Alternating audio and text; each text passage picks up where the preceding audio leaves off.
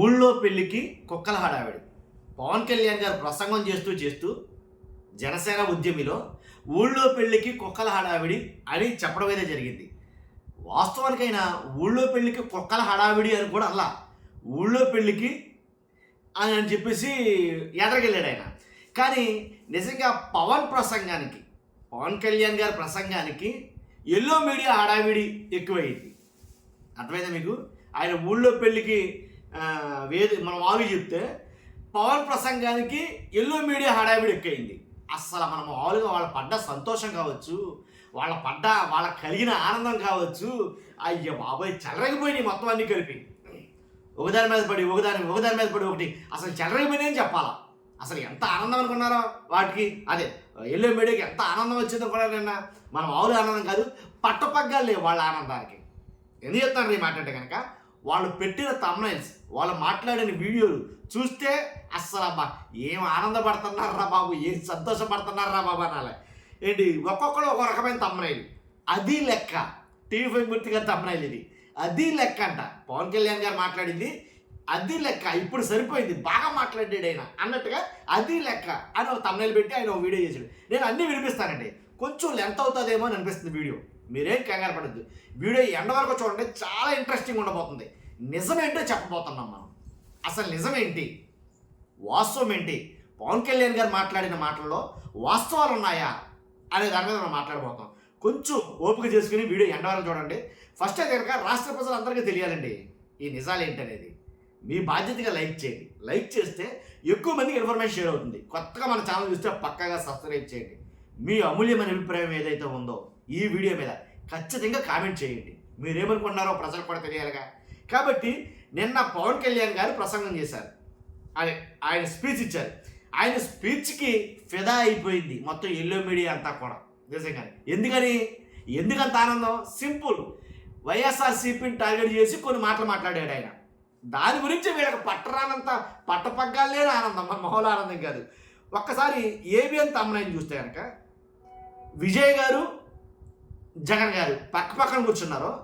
దాంట్లో అంటే కూర్చుని బ్యానర్ పెట్టుకున్నారు. ఎవరో బ్యానర్ పెట్టుకుంటే ఊళ్ళో పెళ్ళికి కుక్కల హడావిడి అని ఒక తమ్ముళ్ళు పెట్టి పక్కన పవన్ కళ్యాణ్ గారిని పెట్టి ఒకటైతే కనుక ఆయన వేసాడు.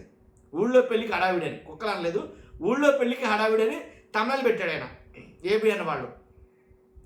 తర్వాత ఇంకా చాలా ఉన్నాయి.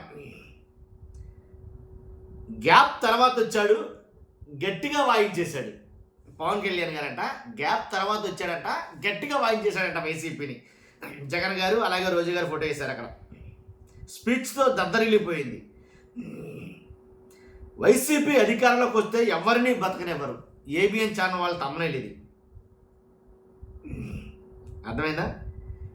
టీవీ5 వాళ్ళ తమ్మనేలు ఎవడిని వదలొద్దు. కట్టలు తెంచుకున్న పవన్ ఆగ్రహం, ఎవడిని వదలొద్దంట. కట్టలు తెంచుకున్న పవన్ ఆగ్రహం అంట. ఏంటి ఇంకా టీవీ5 మూర్తి గారు అయితే అది లెక్క. ఇలా ఒకటి కాదు రెండు కాదు చాలా అయితే కనుక తమిళస్ పెట్టి వాళ్ళ ఆనందాన్ని వాళ్ళు తీర్చుకున్నారు. తప్పేం లేదు అనుకో, ఎవడ ఆనందం ఆడదే.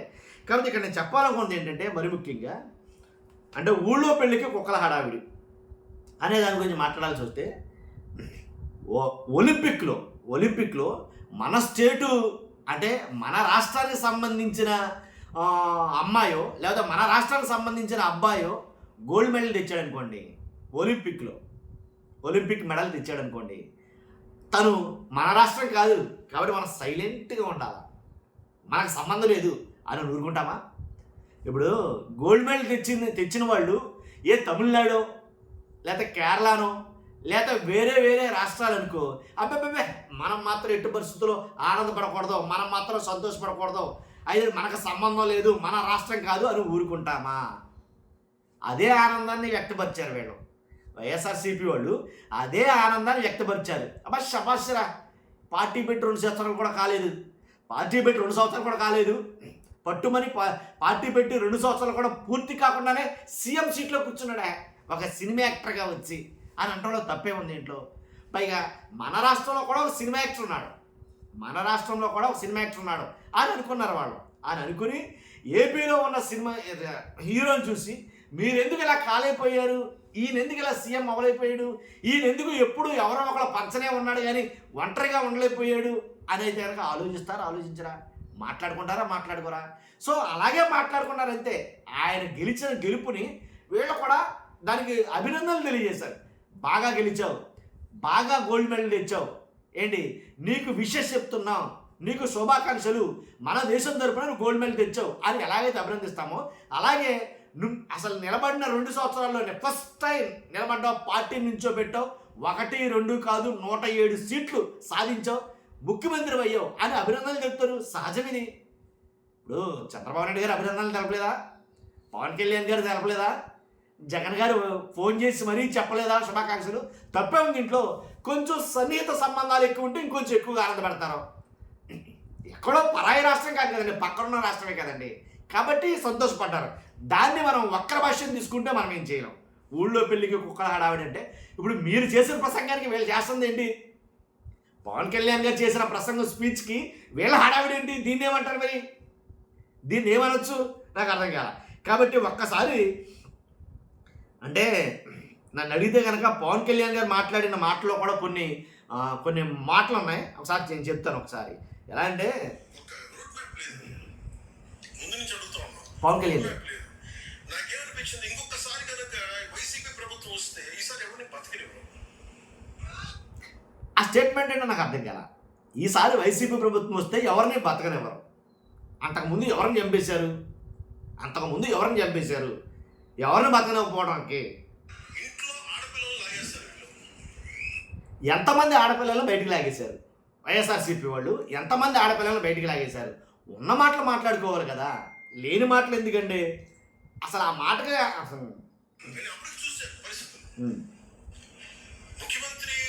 మాజీ ముఖ్యమంత్రి భార్యని వీళ్ళలో తిడుతున్నప్పుడు, సతీమణిలో తిడుతున్నప్పుడు, నా ఇంటి మీద మాట్లాడుతున్నప్పుడు మాజీ ముఖ్యమంత్రి ఎవరంటే ఎవరో కాదు, అప్పుడు మాజీ ముఖ్యమంత్రి చంద్రబాబు నాయుడు గారి సతీమణి గురించి తప్పుగా మాట్లాడారంట. జగన్ గారి పిల్లల గురించి మాట్లాడలేదండి తప్పుగాను, జగన్ గారి భార్య గురించి దారుణంగా మాట్లాడలేదండి. ఇప్పుడు అలా ఎందుకు? పవన్ కళ్యాణ్ గారి అమ్మగారి గురించే, పవన్ కళ్యాణ్ గారి తల్లి గురించే చాలా దారుణంగా మాట్లాడారు కదా. ఇప్పుడు ఏదైతే కూటమిగా కలుస్తున్నారో అదే టీడీపీ వాళ్ళు. ఇది నేను చెప్తున్న మాట కాదు, వైసీపీ వాళ్ళు చెప్తున్న మాట కాదు, పవన్ కళ్యాణ్ గారు చెప్పిన మాట. నా తల్లిని అంటావా అని సీరియస్ అవ్వలేదా పవన్ కళ్యాణ్ గారు నారా లోకేష్ గారి మీద, చంద్రబాబు నాయుడు గారి మీద? మా అమ్మని అంటారా మీరు, మీకెన్ని గుండెలు అని మాట్లాడలేదా? అదే మర్చిపోయారు అనుకున్నారు, అవి కాలకల్పంలో కలిసిపోయాయి అనుకున్నారు. ఏం కలిసిపోలా, అందరికీ గుర్తుంది. ఆ వీడియోలు ఇప్పటికీ ట్రోల్ అవుతున్నాయి. పదవులు వీటన్నిటి గుర్తింపు వీటన్నిటి కంటే కూడా రాష్ట్ర సుస్థిరత, 5 కోట్ల మంది ప్రజల సుస్థిరతకి నేను ఓటేశాను.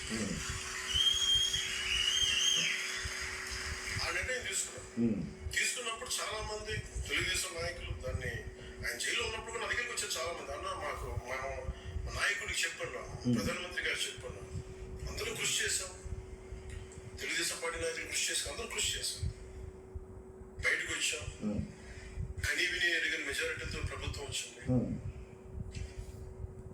అలయన్స్ లో ఇబ్బందులు లేవంటే కొన్ని ఉన్నాయి కాదు, అది మెజారిటీ పెద్ద సమస్యలు కాదు కానీ ఉన్నాయి, అర్థం చేసుకోవాలి. అదంతే కానీ అది మీరు వింటున్నారా? దీని గురించి నేను వీడియో చేస్తానండి. అలయన్స్లో సమస్యలు ఉన్నాయా అని అంటే కనుక ఉన్నాయి అని అన్న తర్వాత అక్కడ ఆ పబ్లిక్ ఎవరైతే వచ్చి కూర్చున్నారో, నాయకులు కావచ్చు, కార్యకర్తలు కావచ్చు, ఒకేసారి లేచిపోయి వాళ్ళు ఆ ప్రసంగానికి అడ్డు తెలియదు. అంటే ఎన్ని సమస్యలు ఉన్నాయి దాని గురించి మాట్లాడదాం మనం. ఇలాగ అంటే పవన్ కళ్యాణ్ గారు మాట్లాడిన కొన్ని నాకు ఎందుకునో అంటే మరీ దారుణంగా అయితే మాట్లాడారా అనేది అనిపించింది. ఒకసారి విన్నాం పవన్ కళ్యాణ్ గారు ఏమన్నారని. దశాబ్ద కాలం పాటు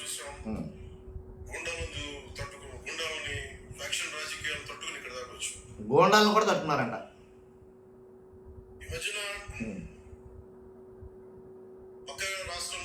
పక్క రాష్ట్రంలో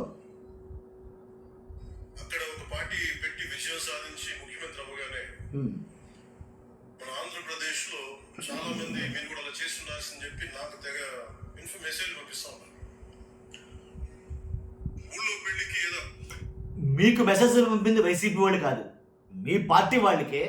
అంటే మీకు మెసేజ్లు పంపారంటే ఎవరో, అలా మీరు కూడా చేద్దాం మనం కూడా చేద్దామని అన్నారంటే ఎవరన్నారో? మీ పార్టీ వాళ్ళు అన్నారు ఆ మాట. జనసేనలోనే చాలా మందికి ఉంది, అసలు దీంట్లో మొహమాటం లేదు, మీరు రాసేసుకోవచ్చు. జనసేనలో ప్రతి కార్యకర్తకి, అభిమానికి, నాయకుడికి అందరికీ ఉంది. ఏమని? మీరు ముఖ్యమంత్రి కావాలని. కాదంటారా? కాదని చెప్పండి. ఈ వీడియో చూసిన వాళ్ళు ఎవరైనా ఒక్కళ్ళు చెప్పండి. అసలు అలా లేదు, జనసేన కార్యకర్తలు కానీ, అభిమానులు కానీ, నాయకులు కానీ అసలు ముఖ్యమంత్రి అవ్వాలి పవన్ కళ్యాణ్ గారు అని ఉద్దేశం లేదని చెప్పానండి. వీడియో తీయడం మానేస్తాను నేను. నిజం. జనసేనలో ప్రతి కార్యకర్తకి, అభిమానికి, నాయకుడికి, ఎమ్మెల్యేలు కావచ్చు, మంత్రులు కావచ్చు, అందరికీ ఉంది లోపల ఒకటే. ఏంటి? పవన్ కళ్యాణ్ గారు ముఖ్యమంత్రి అవ్వాలి, ఆయన ముఖ్యమంత్రి అయితే మేమంతా కింద ఉండాలి, మా పదవుల్లో మేము ఉండాలి అని అందరికీ ఉంటుందండి. 9-10 సంవత్సరాలు కష్టపడిన విద్యార్థి 10వ సంవత్సరం 10వ తరగతి పరీక్షలు రాయాలంటే రాయడానికి సంసిద్ధుడై ఉంటాడు, అంతే. రాస్తేనే కదా ఉపయోగం ఏంటనే తెలిసేది. కాబట్టి అందరికీ ఉంది, దాంట్లో ఎలాంటి డౌట్ లేదు.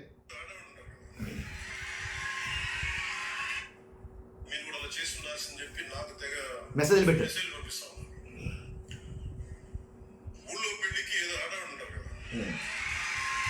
చెప్పారుగా, ఊళ్ళో పెళ్ళికి కుక్కల హడావిడి అయితే ఆయన అయితే కనుక ఫుల్ ఫ్లెడ్జ్డ్గా అనాలి ఆ పదాన్ని. కాకపోతే అన్న అనకపోయినా దాని అర్థం అదే వస్తుందిలే, దాన్ని కాదని అనట్లేదు.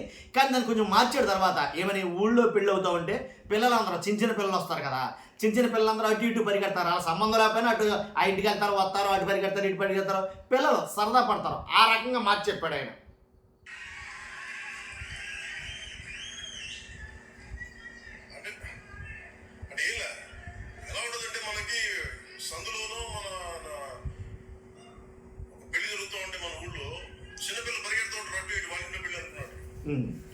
విన్నారుగా? ఆంధ్రప్రదేశ్ పరిస్థితులు వేరు. ఈ మాట అన్నప్పుడల్లా నాకు ఇరిటేషన్ వచ్చేస్తుందండి. ఆంధ్రప్రదేశ్ పరిస్థితులు వేరు, ఆంధ్రప్రదేశ్ రాజకీయాలు వేరు అని అంటే నేను ఒప్పుకోను. భూమి ఎంత లెక్క అయితే ఉందో మొత్తం భూగోళం మీద రాజకీయం ఎక్కడ చేసినా అదే రాజకీయం. రాజకీయం తీరు మారదో, రాజకీయం అదే, ఆడే ఆట అదే, కానీ ఆటగాళ్ళ మారతారంతే. Simple slogan. ఆట అదే కానీ ఆటగాళ్ళ మారతారో, ఆడే విధానం మారుతుంది, అంతే తేడా. అంతేగాని రాజకీయం వేరేం కాదు, ఒకటే రాజకీయం. అసలు దాంట్లో ఎలాంటి డౌట్ లేదు. ఏ నేపాల్ ఇల్లు, ఏ దేశమైన ఇల్లు, ఎక్కడికి వెళ్ళే ఇదే తొత్తర రాజకీయం. ఇంతకు మించి పెద్ద పొలిసేసే రాజకీయాలు ఏముండవు.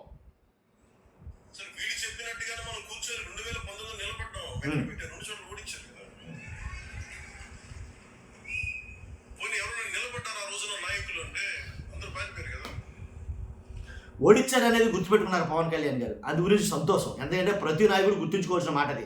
ఖచ్చితంగా ప్రజలకు నచ్చితే ఓట్లేస్తారు, నచ్చకపోతే ఓడిస్తారు, దాంట్లో ఎలాంటి డౌట్ లేదు. 23 సీట్లతో పక్కన కూర్చోబెట్టారు టీడీపీని కూడా. అంతకుముందు 23 సీట్లతోనే. ఇప్పుడు 11 అని అంటున్నారు, కానీ 11కి 23కి తేడా అయితే ఏమీ లేదు, సేమ్ అదే పొజిషన్లో కూర్చోబెట్టారు. ఏమో మళ్ళా 15కో 13కో పరిమితం చేస్తే ఎవరైనా చేయలేరు. కాబట్టి ఖచ్చితంగా దాని గురించి ఎక్కువగా మనం పోకూడదు. నిజంగా నేను పదవే నాకు ప్రధానం అనుకుంటప్పుడు 2008లోనే యూత్ వింగ్ కాదు ఎంపీగానే పోటీ చేసేవాడు. 2014లో నేను ఎన్డీఏతో అలయన్స్ లో ఉన్నప్పుడు నేను మల్కాజ్గిరి నుంచి ఎంపీగా పోటీ చేయాల్సి ఉంది. ఓకే. బట్ నేను ఏమనుకున్నానంటే, ఎందుకు చెప్తున్నాను ఇదంటే, నేను ఒక పార్టీని నడపాలి, ఇది సమాజంలో మార్పు పట్టుకు రావాలంటే నాకు తెలియాలి కదా కష్టం. అది ఒక కమ్యూనిస్ట్ నాయకులను చూస్తే కింద క్షేత్ర స్థాయిలోకి వెళ్ళారు, నలిగారు, దెబ్బలు తిన్నారు. ఒక కాన్షీరామ్ దెబ్బలు తిన్నాడు, నలిగారు. ఒక పార్టీని నడపడం ఏదో కూర్చోబెట్టి ఎదిగేయటం వచ్చేయటం పదవులు కూర్చోవడం కాదు. ఎలా నడపగలవు? ఒక సమూహాన్ని నీతో పాటు నడిపించడానికి ఎంత సత్తా ఉండాలి, ఎంత అవగాహన ఉండాలి నీకు.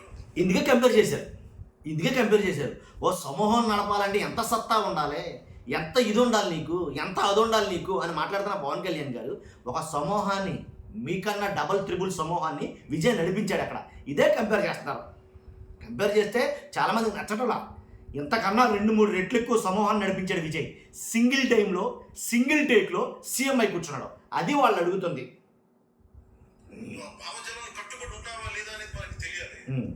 అందుకని ఇవన్నీ నిర్ణయించుకొని ఒక దశాబ్దం నేను నలుగుతానని నిర్ణయించుకున్నాను.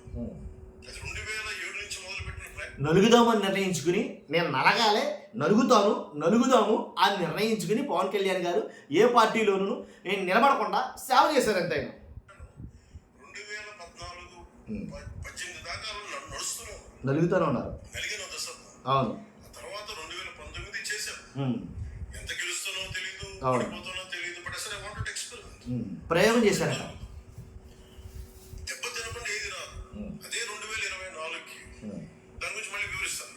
అది అంటే ఇవన్నీ నేను ఒక పార్టీని నడపడానికి ఎంత బలం ఉండాలి, ఎంత భావజాలం ఉండాలి, ఇన్ని కఠినమైన పరిస్థితులు ఎదుర్కొంటే తప్ప నేను నడపలేను పార్టీని. అది ఈ రోజున అందరూ నన్ను వదిలేసిన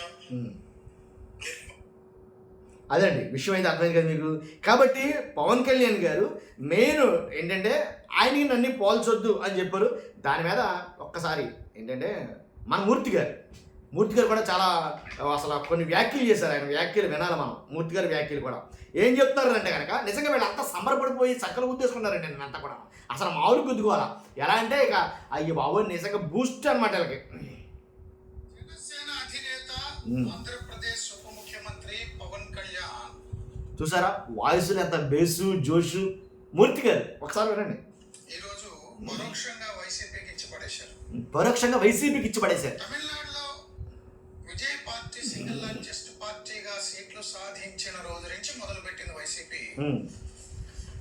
విజయ్ జగన్ అభిమానిని జగన్తో ఉన్న ఫోటో పెట్టుకు తిరగడం వల్ల ఆయన గెలిచాడంటూ ఇక్కడ పవన్ కళ్యాణ్ కూడా అలా చేయాల్సిందంటూ జగన్ గారు అన్నారండి ఆ మాటలో. అనలేదుగా.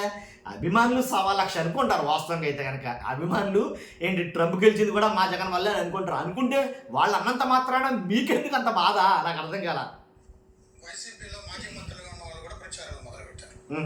అలా చేయలేరా, ఒంటరిగా పోటీ చేయొచ్చు కదా, సీఎం అవ్వచ్చు కదా అడుగుతారు. తప్పేందులో మీకు అంత సామర్థ్యం లేదా పవన్ కళ్యాణ్ రెచ్చగొట్టే వ్యాఖ్యలు కూడా రెచ్చగొట్టడం అన్నారండి. సో విజయ్ గెలుపులో విజయ్ కంటే కూడా ఎక్కువ జగనే ఉన్నట్టుగా ప్రచారం చేశారు. మీరు అనుకున్నారు అలాగా. దానికి కౌంటర్ గా ఇస్తూ వచ్చారు టీడీపీ జనసేన. ఇప్పుడు కూడా ఈ రాష్ట్రంలో మీ రాష్ట్రంలో మీరు ఓడిపోయారు. 151 నుంచి 11కి పడిపోయారు. అదే 150 నుంచి 23 పడిపోయారు కదా గతంలో. చేశారా? సరే అమెరికా అధ్యక్షుడిగా ట్రంప్ ను కూడా మీరే గెలిపించారని సంబరపడితే సంబరపడండి కానీ ఆ రాష్ట్ర పరిస్థితులు వేరు, ఈ రాష్ట్ర పరిస్థితులు వేరు అంటూ చెప్పుకొచ్చారు. ఏంటా రాష్ట్ర పరిస్థితులు, ఆ రాష్ట్ర పరిస్థితులు వేరు, ఈ రాష్ట్ర పరిస్థితులు వేరు, ఏంటిది నాకు అర్థం కాలేదు అసలు. బట్ పవన్ కళ్యాణ్ మొదటిసారి అంశం మీద నోరెప్పారు. పక్క రాష్ట్రంలో ఎవరో పార్టీ పెట్టారు, సీఎం అయ్యారు. సో విజయ్ లాగా మీరు కూడా చేయొచ్చు కదా అంటూ నాకు ఉచిత సలహాలు ఇస్తున్నారు. సలహాలు అట్లా మెసేజ్లు పెట్టారట. ఊర్లో పెళ్ళైతే కుక్కలు గడావడం అన్నట్లుగా ఉంది. ఇప్పుడు ఎవరు కుక్కలు అన్నట్టు ఇప్పుడు సలహాలు ఇచ్చిన వాళ్ళ సలహాలు ఎవరు ఇస్తారో, బాగా దగ్గరున్న వాళ్ళు ఇస్తారో, మనకు బాగా కావాల్సిన వాళ్ళు ఇస్తారో. మెసేజ్లు పెట్టారంటే ఎవరు పెడతారో, ఇప్పుడు మన పార్టీలో ఉండే వాళ్ళే పెడతారు. మన పార్టీ వాళ్ళు అడుగుతారు, బాబు మీరు ఎప్పుడు సీఎం అవుతారు, మీరు ఎప్పుడు సీఎం అవుతారని ఎవరు అడుగుతారు, మనకు కావాల్సిన వాళ్ళు అడుగుతారు. మరి వాళ్ళనా కుక్కలు అన్నది లేకపోతే ఎవరినైనా నాకు అర్థం కాదు. ఒకసారి మూర్తి గారు కూడా క్లారిటీ మిస్ అయినట్టు ఉంది. విజయ్ లాగా మీరు కూడా చేయొచ్చు కదా అంటూ నాకు ఉచిత సలహాలు ఇస్తున్నారు. సలహాలు ఇస్తున్నారట పవన్ కళ్యాణ్ గారు. ఊర్లో పెళ్ళైతే కుక్కలు గడావడం అన్నట్లుగా ఉంది. ఆయన నేరుగా పవన్ కళ్యాణ్ కామెంట్ చేశారు. నేరుగా తమకు సలహాలు ఇవ్వాల్సిన పరిస్థితి లేదు, అన్ని రాజకీయాల్లో చూసే ఈ స్థాయికి వచ్చాను. 2019లో ఒంటరిగా పోటీ చేశాను, 2 చోట్ల కూడా ఓడిపోయాను. ఎందుకంటే ప్రజలు నన్ను గెలిపించరు, ప్రజలు నన్ను ఇంకా పూర్తిగా నమ్మలేదు, ఒక ముఖ్యమంత్రిగా నన్ను ప్రజలు ఓన్ చేసుకునే పరిస్థితుల్లో లేరు అని చెప్తున్నట్టుందండి డైరెక్ట్గా. తర్వాత రాష్ట్రాన్ని సర్వనాశనం చేసింది వైసీపీ. ఇంట్లో ఆడవాళ్ళని కూడా వదిలిపెట్టలేదు, వాళ్ళ ఇంట్లో ఆడవాళ్ళని కూడా వదిలిపెట్టలేదు. భయంకరంగా దూషించారు, ఆడవారిని అసలు మనుషులుగానే చూడలేదు, అరాచకం చేశారు. రాష్ట్రం తీసుకెళ్లి ఐసీయూలో పడేశారు. ఐసీయూలో ఉన్న ఏపీ తిరిగి బతికించుకోవాలంటే ఏంటో అని ఆలోచించే జైల్లో ఉన్నప్పుడే చంద్రబాబు దగ్గరికి వెళ్ళి కూటమని అన్నాను, కలిశాను. ఒంటరిగా పోటీ చేయొచ్చు అప్పుడు, కానీ రాష్ట్రం ఏమై ఉండేది. రాష్ట్రం కాదు, ఒంటరిగా పోటీ చేస్తే గెలవరు. మనకి ఉన్న మాటలే మాట్లాడుకోవాలి మనం. ఒంటరిగా పోటీ చేయొచ్చప్పుడు, కానీ రాష్ట్రం ఏమవుతుంది అది కాదు. ఒంటరిగా పోటీ చేస్తే గెలవరు, క్లియర్ కట్గా, దాంట్లో తిరిగే లేదు, వేరే ఆప్షన్ లేదు, ఇక చాయిస్ లేదు. చంద్రబాబు దగ్గరికి వెళ్ళి కూటమని అన్నాను, కలిశాను. ఒంటరిగా పోటీ చేయొచ్చు అప్పుడు, కానీ రాష్ట్రం ఏమై ఉండేది. అప్పుడు ఇప్పుడు ఎప్పుడు ఒంటరిగా పోటీ చేస్తే గెలవరు. పదవుల కంటే కూడా 5 కోట్ల మంది ప్రజల భద్రత ముఖ్యం. ఆ ప్రజలే కదా ఓడించింది మిమ్మల్ని. అందుకని ఆ నిర్ణయం తీసుకున్నాం, కూటమిలో వెళ్ళాం, సూపర్ సక్సెస్ అయ్యాం. కూటమిలో ఉండడం వల్ల ఖచ్చితంగా కార్యకర్తలకు కొన్ని ప్రాంతాల్లో కొన్ని చోట్ల అటు ఇటు కూడా ఇబ్బందులు వస్తాయి. సాధ్యమైనంత మేర ఇబ్బందుల్ని తొలగించడానికి ప్రయత్నం చేస్తా. ఉమ్. బట్ ఎవరో చెప్పారని ఇబ్బందులు తెచ్చుకోవడం కాదు. కొట్టుకుంటారు. ఉమ్. ఊర్లో పెళ్లికి కుక్కలు అడవాటు చేసినట్టుగా వైసీపీ వాళ్ళు చేయాల్సిన పని లేదంటూ ఆయన మాట్లాడారు. ఉమ్. ఈ అంశానికి సంబంధించి ఈరోజు అదండి విషయం. చాలా హ్యాపీగా ఫీల్ అవుతున్నారు, చాలా ఆనందపడ్డారు, చాలా సంతోషం పడ్డారు. పోనీలే వాళ్ళ ఆనందాన్ని మనం ఎందుకు కదలే. నేను చెప్పడానికి గల ముఖ్య ఉద్దేశం ఏంటంటే, అంటే పవన్ కళ్యాణ్ గారు మాట్లాడినటువంటి కొన్ని మాటల్లో ఆయన ఇంటెన్షన్ ఏంటో చెప్పాలని మీ ఉద్దేశంతో నేను మీకు చెప్పాను.